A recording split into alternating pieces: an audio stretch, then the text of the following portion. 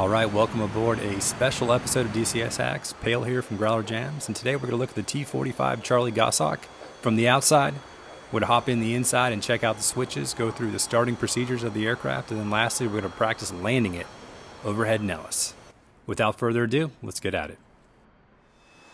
The Navy model T-45 Charlie Goshawk, manufactured by McDonnell Douglas Aerospace, is a two-seat, lightweight, high-performance, fully carrier-capable digital cockpit version of the British Aerospace Hawk. It is powered by a single Rolls-Royce turbofan engine, producing a sea-level static thrust of 5,527 pounds at mil power. The aircraft is 39 feet 4 inches long and has a wingspan of about 30 feet 10 inches. The T-45 wing is mounted low on a conventionally structured fuselage, where the wing is moderately swept, a laminar flow design that exhibits about a 2-degree dihedral. The wing also has full span leading edge slats, double slotted trailing edge flaps, and an integral fuel tank. The jet also has a launch bar and a tailhook for shipboard operations. The single vertical stabilizer is mounted slightly forward on the empennage, and the stabilator are of swept design. The vertical stabilizer integrates a mechanically powered rudder control and a control augmentation system for all-speed flight. The air-conditioned, pressurized cockpit accommodates 2 aircrew in a tandem seating arrangement, and it is enclosed by a single-hinged, manually operated canopy and one-piece windscreen. Each cockpit is fitted with a Martin Baker Nacy's ejection seat, affording the aircrew the opportunity to eject with 0 airspeed and 0 altitude.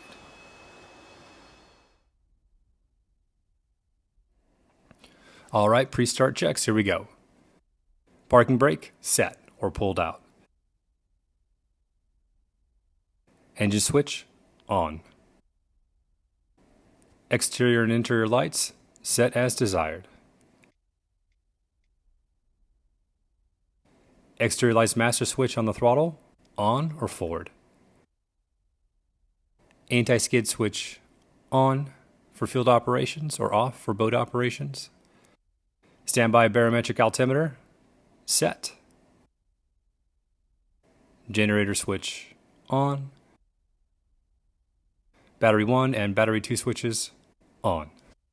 Alright, let's do a quick startup of the T-45 Goshawk. Step 1, GTS start button, press.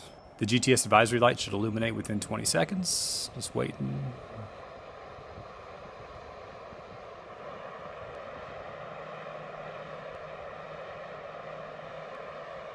Here it comes. Okay. Next, we'll move the engine switch to the start position. And we'll wait for that ready advisory light, the green light, to come on within 15 seconds. When the engine RPM reaches 20%, we'll bring the throttle to idle and monitor the engine instruments for a normal startup.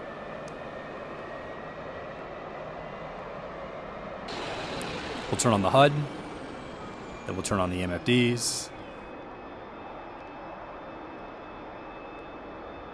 and then we'll turn on the Pry radio, turn on the aux radio. Okay. Next, we'll turn on the VOR and the ILS. We'll set them up as desired, as well as a TACAN for wherever we are. All right, time for our 70% checks. Next thing we'll do is we'll slowly advance the throttle to 70%. We'll look at the hide 2 reset button, and we'll push that, and the hide should go from around 1,000 or so, wherever the jet was on startup, to 3,000 psi. And we'll bring the throttle back to idle. Looking good. While that's going on, we'll get the stabilator trim and we'll perform checks. So we'll go 8 degrees of up trim and 3 degrees of down trim.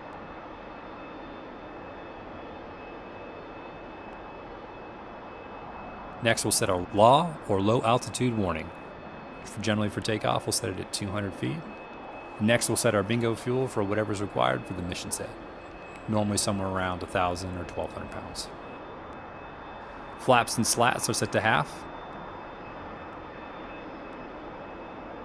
Disengage the parking brake. Time for our takeoff checks. Pitot heat switch, set as desired.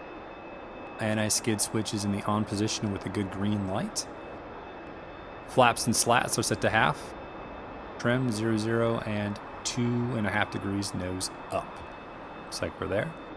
The canopy is closed, lock light out, harness, simulated attached, 8 points, spins pulled, and I'm armed in the front. If we're solo, then we're good to go. If not, we'll make sure the guy in the back is also armed.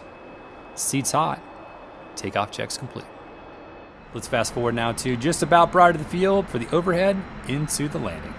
We're going to be about 1,100 feet as we approach the field. 350 knots is what we want to do. We'll be coming in and flying right over the runway in Nellis for the overhead brake. At the brake, we're going to bring the throttle to idle. Get out our speed brakes. We're going to roll up on a wing. We're going to pull 17 units for 180 degrees worth of turn. Pulling, there's through 90. Keep coming. Keep coming.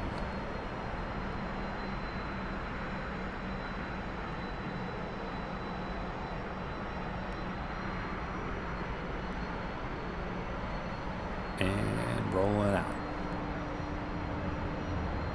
Less than 200 knots, gear goes down, flaps go full. So we're going to start our turn at 15 seconds after the intended point of landing. Here we go. A little power, a little pause, a little turn. We're going to roll up on a wing, 27 to 30 degrees angle bank, and control the rate of descent to reach about 450 feet AGL at the 90-degree position. Keep it coming. We've got our route out set for 380 feet. As we approach the 135, it should go off. But now we're increasing our rate of descent to about 500 to 600 feet per minute as we keep it coming. Time for the landing checklist. We are 1, 2, 3 down a lock. Flaps full. Hook is up. Harness as you like it. Boards out. Skids on with the light. Landing checks complete. The route out should be going off. This is where we normally overfly the ship's wake. Don't have a ship today, but we're keeping it coming. And now we target 15 to 18 seconds in the groove. And rolling behind the runway at the wings level transition. A little power off. Working it on speed. A little power back on. Flying on speed at about a 700 foot per minute rate of descent. Keeping it coming. Keeping it coming. Keeping it coming. Keeping it on speed. And touchdown.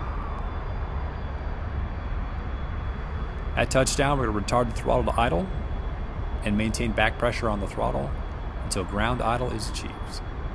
As far as the braking technique we're using as we roll down the runway, we're going to use a single, steady, smooth application of the brakes to intercept our normal line speeds. Less than 60 knots in the 3-board. Less than 40 knots in the 2-board. And so on. All right. Well, guys, if you enjoyed the jam today, please like, leave a comment, subscribe. Hope you enjoyed this collaboration project between Pail with Growler Jams and DCS Hacks. If you did, let us know about it in the comments. Love to hear it. Welcome aboard DCS Hacks. Cheers.